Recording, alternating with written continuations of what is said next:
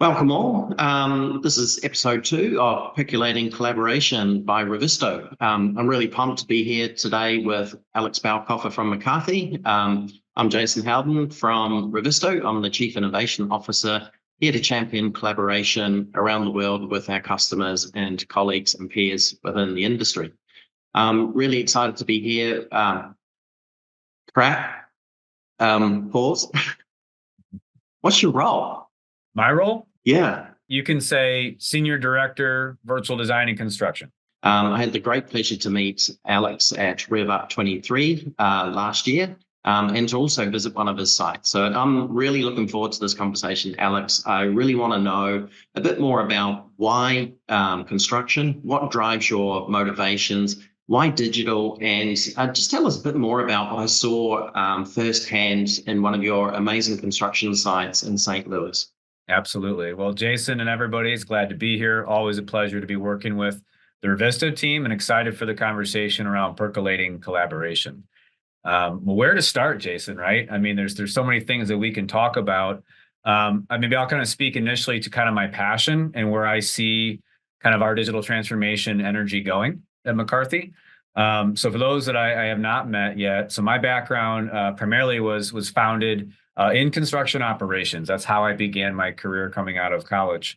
And as I started to develop my career around the traditional construction manager career pathway, moving through the ranks of being a field engineer, being a superintendent, becoming a project construction manager, I really saw, the evolution of how digital transformation technologies was changing things early on in my career. And the entire time that I was coming up in this industry, I saw a lot of the communication breakdowns. I saw a lot of the disconnect between design and construction teams.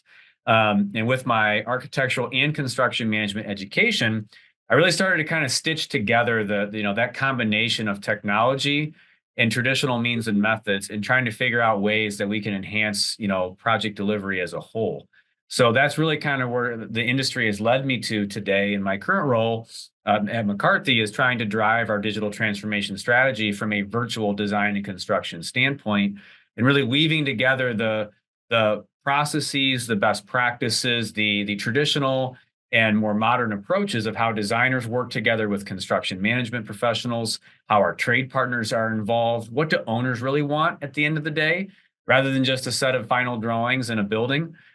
It's more than that. And I think that's where we are today, is figuring out where digital transformation and digital opportunities are to streamline handover, to deliver a better value package at the end of the day. And that ultimately is what we're trying to do right now in 2024 and beyond, is how do we continue to digitally transform? How do we continue to enhance the value of digital delivery, and how we're ultimately driving incredible valued results for all the stakeholders on a project, from the owner all the way through the person on the operations and maintenance team managing a build asset throughout its life cycle. That's amazing. There's a couple of key points that you mentioned there that really resonate with my own career.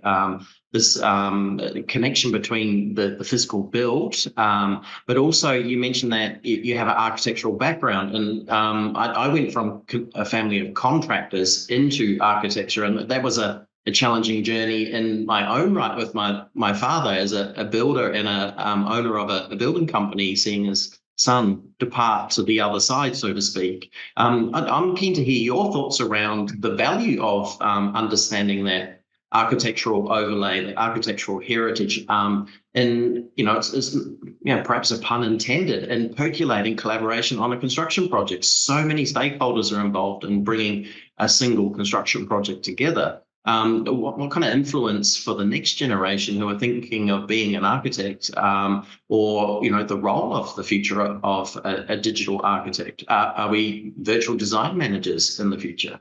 Yeah, absolutely. Yeah, a lot of thoughts to that. I mean, I really embraced architecture from a young age. As a young boy, I loved building Legos. I loved being outside and getting my hands dirty, digging in the ground, building forts and whatnot. So I think from a young age, I had an affinity for designing and creating. I never knew the world ahead of me would lash those two together. So, coming from, I guess, the ground up, so to speak, when I went into school, I learned the traditional art form of drafting and design in high school. I wanted to be an architect. My uncle was an architect. My cousin was an architect. So I felt like that was the right pathway for me. I had this affinity for designing things, but I'm also a very process oriented person, and I learned more about myself in that regard as I kind of went through high school and in college.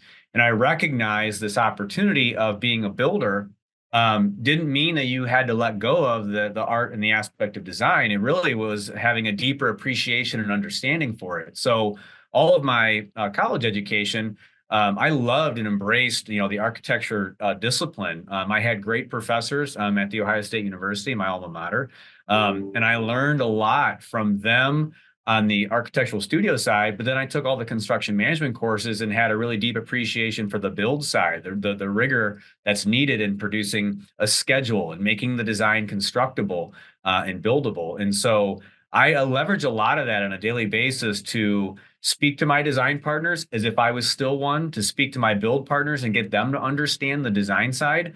And ultimately, that art of collaboration really comes together with this awesome convergence of understanding what both sides really want from the build, whether it's the digital build or the physical build. And we weave that delicate dance every single day together. And that to me is what makes it fun, is weaving that together.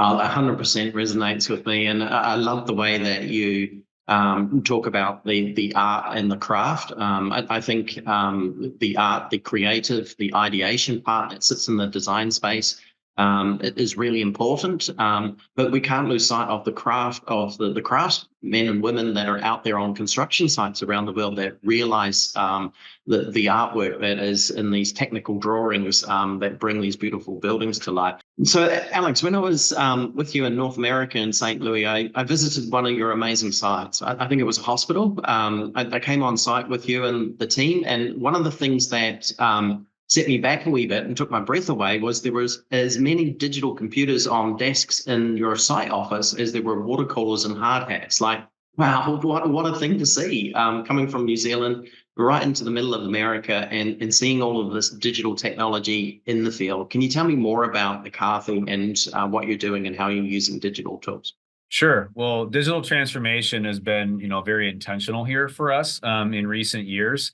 It wasn't good enough just to be the best builder in America from a mission and vision standpoint with all the traditional tools and workflows that we've had. We knew that we had to evolve and make sure that our operational approaches were factoring in, digital transformation, using all the best in class technologies to really drive and enhance the way we deliver our work. And so moving kind of beyond paper drawings and submittals and all the traditional means of coordinating and delivering work was really essential for us. So when you guys came to visit, for example, right, this idea of being this integrated virtual builder, which we talk a lot about here at McCarthy, it is not just walking around the trailer and seeing people have drawings pulled up on on a certain piece of software, right? It's more about being embedded in that virtual model, right? That virtual representation of what we're building. And so that's where, best in class tools like Revizto came into play, right? On everybody's computer screen, you were seeing Revizto in a copy of the model, right? And that's everybody. That's everybody from the project managers to the superintendents to the engineers, even some of our leadership, some of our directors, right? Everybody is leveraging that single source of collaboration because of the value that it yields to make sure the digital build and the physical build are one and the same. And so that was really intentional, right? We made that really intentional approach a few years ago to really, move into that future state of being this highly integrated, highly collaborative virtual builder. And now that's just the way we operate, right? It's the way we do business, and we only see levels of collaboration and levels of digital transformation accelerating and increasing. Not just in our business, but within our external partners too, right? From owners, designers, trade partners. We believe this is the way forward. That's awesome. And, I can really attest to the profound,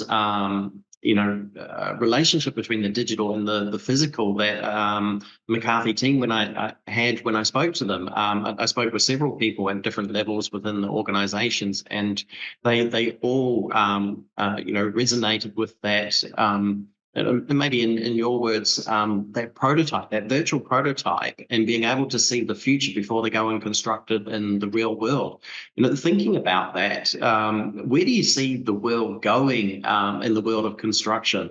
Elon Musk is building highly dexterous robots. AI is the norm. Everybody's talking about it these days. Where do you see the world going?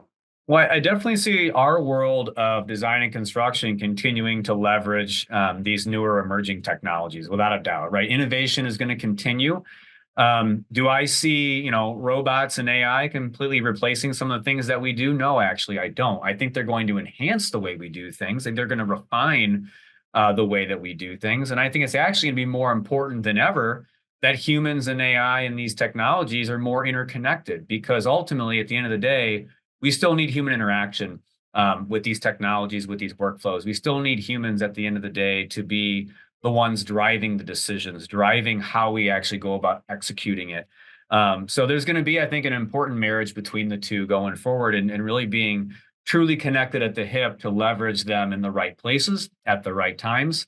And it's going to make us better. But we got to make sure that we're not afraid of the evolution of these emerging technologies, right? We have to have the right folks on our teams, knowledgeable and deeply embedded in where these things can drive the best value, and leverage them to their fullest extent, because projects are only getting more difficult, more complex with more details, tighter timelines, right? From a scheduling standpoint, tighter costs. Our owners are expecting us to deliver things, faster, better, with a higher quality. So we need all these things to coalesce and really allow us to take these big advancements forward rather than just some small steps along the way. So I'm excited for us to take some big strides between humans and emerging technology. That's so exciting. And I'm looking forward to, working with you and the McCarthy team and hoping to realize some of this, particularly in my role here at Revizto. Thinking a little bit about that, I'd like to probe a little bit more into some of the traditional crafts that we've been talking about. One thing that's dear to my heart, I grew up on a drawing board in the architecture profession. Having a pen in hand and a razor blade in the other when you had to undo something was where I started in this industry. And 2D drawings and that kind of digital means of a 2D drawing is still the dominant communication tool. How do you see that traditional way of communicating very complex information quite simply evolving with tools like MetaQuest, Apple Vision Pro, tools like Revizto, where the 2D takes on a completely new form? Yeah, that's a really awesome question. I look back to, again, a lot of my early years of experience with drafting and design, as I was kind of, coming up through the ranks. And, I harken back to it a lot. I do. I love the traditional drafting process, right? I still have my T-square and my triangles, I think, in my basement, in my old drafting table. I mean, I love that because it took a lot of rigor, a lot of focus, and being intentional with, drawing something to communicate an idea. And I don't think we can ever lose that in our industry. We still need those of us that remember that, who have done that practice, to really carry it forward. And even in the modern sense, where building information modeling is now kind of becoming the standard, the foundation for how we create, we can't lose the principles associated with the creation of an idea, how we're communicating it between 2D, 3D, XD, whatever the medium is. So I feel like no matter what we invent, no matter what we create to help better visualize design and construction, we got to kind of go back to those principles of, when you drew it one time, it was that way, and until you erased it, right? Or it was that way until someone else came in and put their trace paper on top of it and said, well, what about this? So there's just some really, I think, important context there that we as a current generation have to make sure that the next generation still has sight of. I kind of look at it as, always appreciate the past, know where you want to go in the future. So some of those things we don't want to lose entirely. We have to find ways to make sure we bring those things back into the fabric of how we collaborate as design and construction professionals. That's a beautiful segue into what was cooking in my mind on how I formed the next question. And this marriage between knowledge and expertise, I think, is critical at this junction as we race into an exponential technological age, particularly in our construction industry, where and out in the field, it's very much around the real world around you. It's around the weather. It's around what's worked in the past, combining that with new tools and technologies going forward. And what kind of challenges do you see for the next generation and for the seniors, the experienced people within the field working together to close this relationship through technology and really create a new holistic marriage around collaboration in a digital age for construction? Sure. Well, I think, we definitely have to continue to work through the balance between, senior leaders and folks who have a high degree of technical experience, right? Those are the folks that have kind of been doing design and construction and engineering for a long time, with kind of some of the newer, more modern approaches of, I have this piece of technology that can do jobs easier, faster, with a higher level of quality or speed than the human can, but not losing sight of those principles and kind of the human back check. And so I think, there's kind of like the old school, new school worlds have to continue to blend and evolve. I think the old school folks need to kind of appreciate what some of the newer school folks are bringing to the table. At the same time, the new school approaches have to kind of respect some of the past, right? And being able to blend those things. So I think that will continue to kind of evolve, right? As generations are working more and more together, moving forward. But I also think too, the evolution of robotics and the evolution of some of these technologies, again, doing things, with better precision, faster, making sure that we are taking time to collect the right people at the right time to evaluate and make the right decisions on these things so that no one's kind of left behind. Again, kind of all roles and all generations kind of respecting what each other brings to the table. Because to me, that will get us to the next place faster. And to me, that next place is high degrees of collaboration, high degrees of efficiency, high degrees of scalability. And that's both internally, with large companies like the McCarthy, and externally as we do more with design build and integrated project delivery and all these highly collaborative delivery models of delivering design and construction services. It's just really tricky, right? It takes time to build those high trust, high collaboration environments with the right partners. And to be highly effective, you got to get it into a repeatable model, right? So it just takes a lot of leadership and a lot of intentionality to envision that next step and take those big strides to the next step. Yeah, 100% resonate with that. And it's interesting that we're on a podcast. We're recording live from Sydney, Australia, and you're in St. Louis, smack in the middle of North America. So there's this kind of vast distance between us, but it's like we're sitting across the table from each other.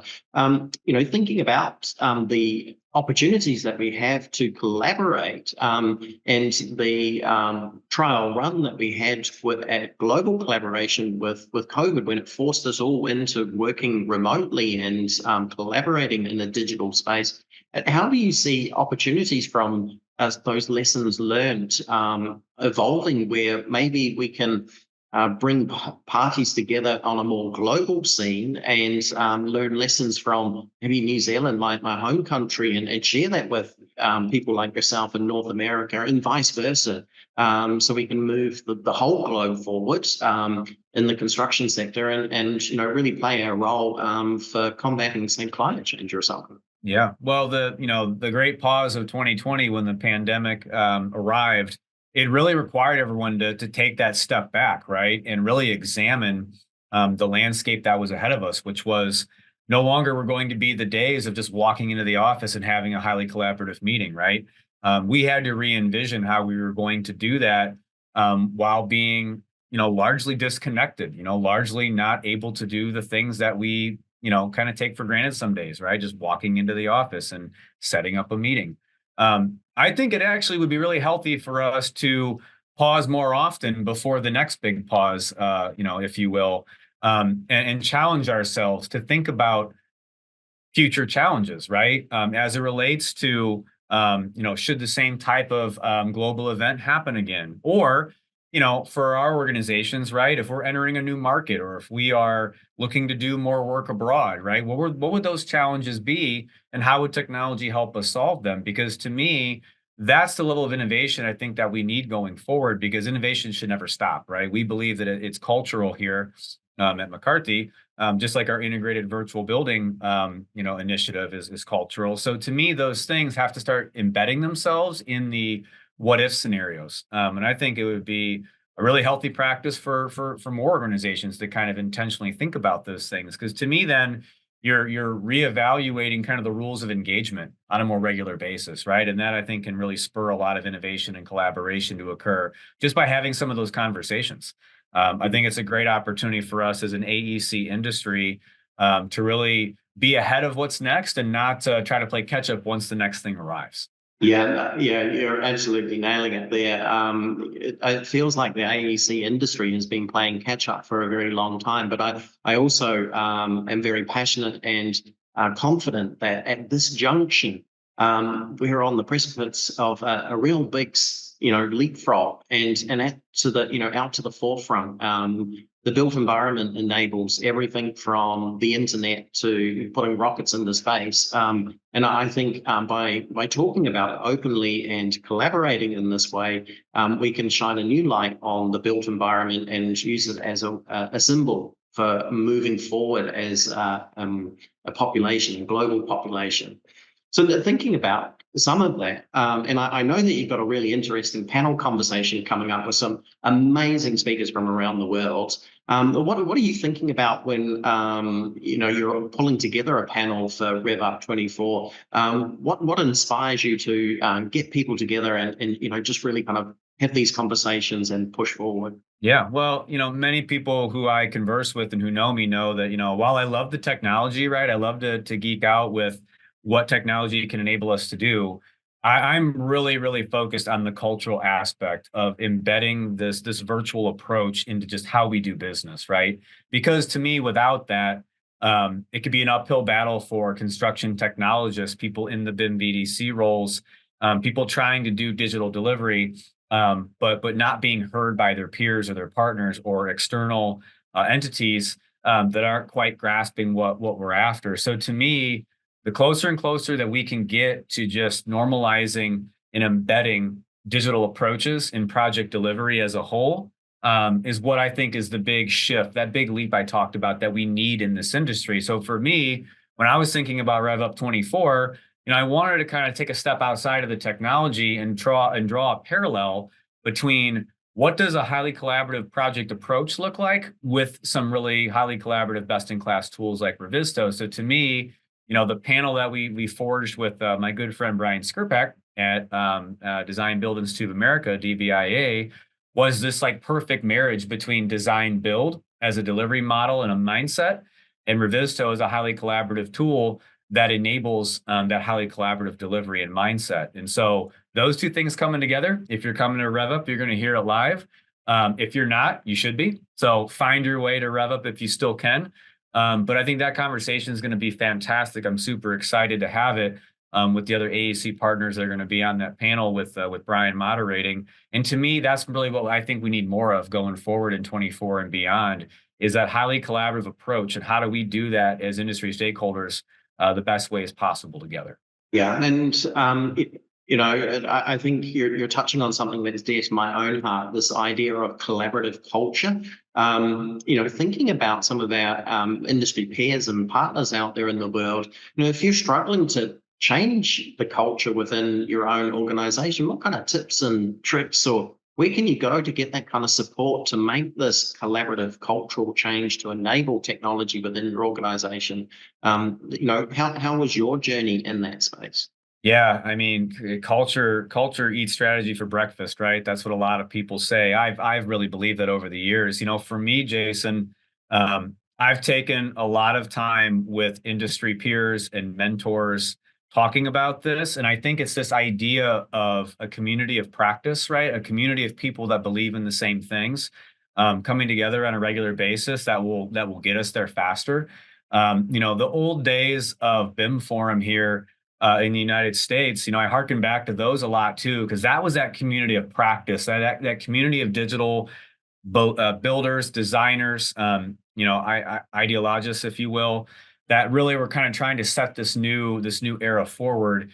And I think that's what things like RevUp allow us to do, right? Is continuing to build that community of practice, that community of mindset, leaders, people that are focused around the same things, but now starting to extend it, to folks that may not be the construction technologists like we are, right? But getting folks in other roles, in other other positions and organizations to see what we're talking about, be a part of the active conversation, and help us grow it, right? Help us take this next big leap forward that we need to do as an industry. So I look to these events as really important kind of milestones along the way each year to kind of map our progress, right?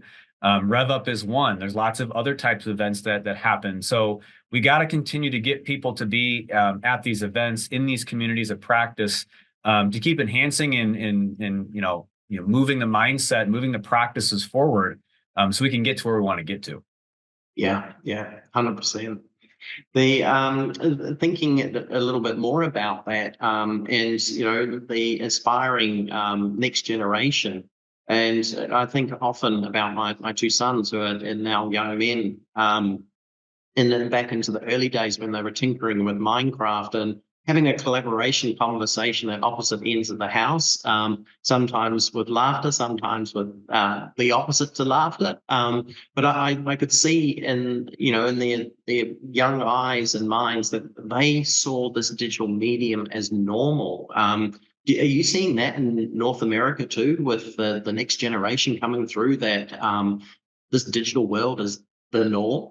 We're definitely getting there, right? I mean, I work with lots of different folks in my organization and externally, and I firmly believe that folks that have been doing this a long time. We have 35-year superintendents at McCarthy that believe in virtual building, right? So if those folks can believe in it, then our brand new project engineers coming out of school can absolutely get on board with that, right? Because they kind of grew up in that culture, right?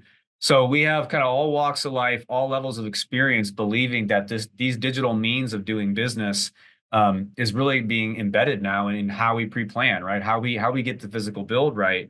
So to me, it's just more light bulbs going off every day, right? People are seeing the value of using these tools, visualizing these processes, if you will, to get us that quality product at the end of the day, because everybody wants the same thing, right? We all want to be profitable. We want to build it right the first time. We want the client to be, more than satisfied with what they get.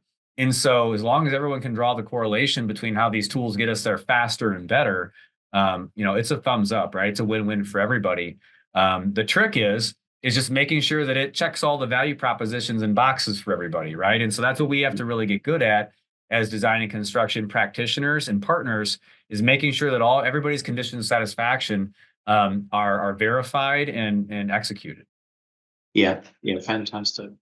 Thinking about the next generation, you touched on something just briefly around, them coming through the education system. Are there things that we can do as an industry to help the education system evolve at the pace that industry is evolving? I've often seen firsthand that sometimes there's a lag. Industry evolves a wee bit faster than maybe tertiary education. What kind of things can we do in that space? How can we leverage the digital space and global knowledge base to help better prepare the next generation? Yeah, I think we each have to pull each other in if we're ever really going to get to where we want to get to.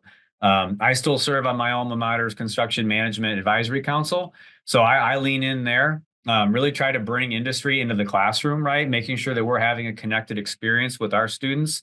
At the same token, we got to get, academia to come to the point of attack, come to the work, right? Walk the job site, see how we're, tackling safety differently than we have been in recent years. See how we, approach our work, with the boots on the ground, right? We got to get them out there. So I think that intentional pull both ways is super, super important. I think we're going to get there a lot faster if we are both kind of mutually investing in how we interact together. And even, long before, that professional formal education takes a hold, there's organizations out there like Junior Achievement and ACE Mentoring, right? Getting to where students are in high school, in junior high, in elementary school, right? We got to start planting the seeds of, if you'd like to be an architect someday, here's what that looks like. If you want to be a construction manager, here's what that looks like. I think if we continue to wait till high school and formal, professional education, we're too late. We have to keep working at it earlier and earlier and planting those seeds so that the next generation of design and construction professionals is happening long before they get to the upper levels of their education. I think you've touched on something unique there, and it's really starting to resonate with me. You were talking earlier on in our conversation about how you used to dig holes and make forts and build Legos. That was my childhood. Going down to my father's workshop, grabbing some stuff. I thought, hey, who cares? It was probably really, really awesome timber that he was wanting to use for some finishing work. To me, it was just another sword or whatever I was trying to make. And Dad was always kind of polite and lenient. I may have picked his best piece of timber out of the timber rack and carved it up for a sword. But he kind of let us, me and my brother, do that. How are we as an industry fostering that kind of innovation? You've talked a lot about collaborative culture, innovation culture. But how do you work with your team to foster that kind of self-guided innovation? Go a little bit rogue, but do it within boundaries so you're safe to explore. Sure. Well, we intentionally make that safe space for our team to go and foster that innovation, right? So, like here at McCarthy, we have something called the Spark Tank, which is kind of like Shark Tank, but it's Spark Tank in the sense of we have these kind of committees of folks looking at ideas from around the regions of the organization and letting those ideas kind of percolate to the point of, well, where we would like to take this idea? Who can we get this idea in front of? How can we water this idea and let it grow? And doing it within the boundaries of, taking it to a point, right? Having kind of like a checks and balances or a gate system so that you can let all the great ideas, flow as openly as they can. And then get those ideas in front of some key stakeholders, right? Get it in front of some folks that are innovation minded. And see where we can take these things. We've had some fantastic ideas come from many, many areas of the organization that started out as a small thought, kind of in a free-flowing working group. And then we got to the upper levels of the organization and they said, make it so, let's go do this. It makes a lot of sense for the business. So I think it's having those intentional opportunities known, making a safe space for those ideas to grow, whether it's Spark Tank or it's something else, whatever you want to call it, and giving our staff time for those ideas to be ideated on. It's one thing for folks to keep their head down 40 to 60 hours a week, just plugging and chugging and working. But if you don't give them that opportunity to take a few hours to themselves and say, hey, it's okay to spend some time on innovation, to spend some time on refining our processes, right? Making sure that we're not spending, 7 hours a week on something that, through innovation or through some, creative digital strategies should take a couple hours or maybe even a fraction of that. So we just have to be very thoughtful as leaders, here inside of our business to make it known that those spaces, that time is available because it's going to make our business better. If we all just continue to plug and chug for, the head down work every single day of every single week, we're probably going to miss out on some opportunities. So we have to be very intentional about that as an innovation-minded builder. I love both of those concepts. I love this idea of a spark tank. I have to pinch that. We can probably talk about that more at Rev Up. But that concept of creating that safe space where people can innovate and not feel like they're going to be critiqued for having an idea or a different thought, I think is absolutely fantastic. And I like how it resonates with your concept of plug and chug. I often say, if you always do what you've always done, you always get what you always did. I do think, that opportunity to, do something different with some of these technologies just needs that little bit of safety around it so people feel confident to explore. The human race got to where we got to by mavericks exploring. Christopher Columbus didn't sail the ocean. Would we have ever found America?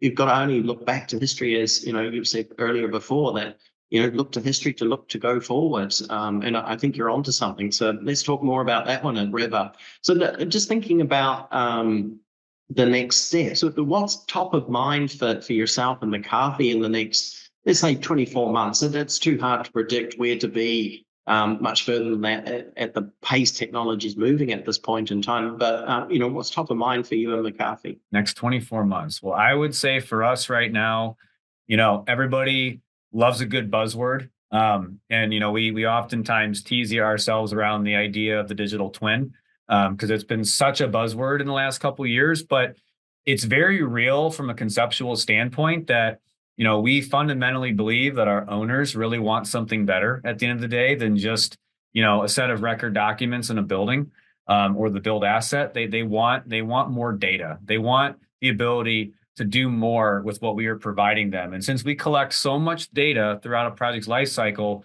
and don't really do a good job as an industry of packaging it and handing it over for use, our focus right now is having that awesome, robust digital deliverable that complements and really adds additional benefit, to the physical build. So we've been focused on that in recent years, but I think our very intentional focus right now is around that evolution of the digital build.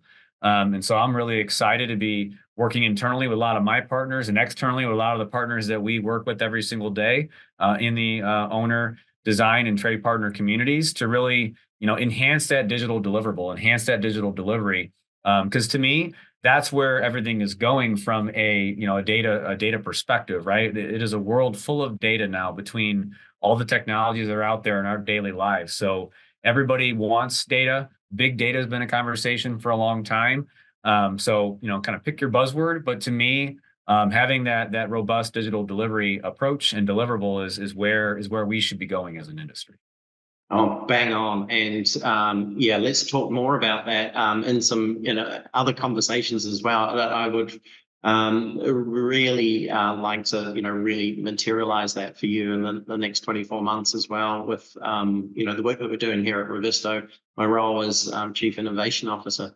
Hey, I noticed that you were sipping on something before. This is percolating collaboration. What are you sipping on? What's your favorite brew? Sure. Well, I mean, throughout the day, you don't want to caffeine yourself to death. So I really try to limit my caffeine intake, whether it's coffee or your favorite healthy energy drink. I usually try to mix in some flavored waters, like sparkling flavored waters, because I'm a carbonation fan. I love things that are carbonated. But I try to be thoughtful about it. So usually I'll mix in a carbonated water like mid to late day, kind of where we're at right now, just to make sure that I still have that kick to finish out the day. Awesome. I'll take a note and make sure that we've got some flavored carbonated water for you at Rev Up in a few weeks' time. There you go. That's good. So I just want to thank you again, Alex. This has been an amazing conversation, and I'm really looking forward to where we go as collaboration partners and champions of innovation. Let's keep this conversation going out there, and I'm actually looking forward to the next guest that we have on percolating collaboration going forwards. We're starting to build a bit of momentum, a bit of a community. And I think, to your point, we have to work together to create this collaborative culture and to really challenge ourselves, challenge the industry to embrace what's coming around the corner. Have you got any final passing thoughts, something that you want to just leave behind? Sure. No, absolutely. I mean, and again, Jason, really appreciate this opportunity on the podcast. This is awesome. Love the partnership that we've forged with Revizto. And I guess what I would leave everybody with is whether you're going to Rev Up or you're looking at other opportunities throughout the year, be on the look and seek out more opportunity to get in the room with like-minded folks who want to help advance digital transformation and make this industry better. There is an event here in St. Louis, Missouri. Real quick shout out, May 1st and May 2nd, 2024. It's called the AEC Technology Conference, or AEC TechCon. If you happen to be in the greater St. Louis or the Missouri area, or you're not too far away and you're willing to travel in, May 1st and 2nd is going to be another awesome opportunity like Rev Up to be in the room for a 2-day event with like-minded folks that are focused around information technology, BIM and virtual design and construction, workforce development, safety, all things that are in the innovation across construction space. So look forward to seeing some folks hopefully for that event, but go find that event for you in 2024. That'll be my parting thoughts. Excellent. Love it. Go find the event in 2024. wise words. And again, thank you so much, Alex. It's been an absolute pleasure. Looking forward to continuing the conversation in a few weeks' time in Denver, Colorado at Rev Up. Thank you again. Awesome, Jason. Thank you, and cheers.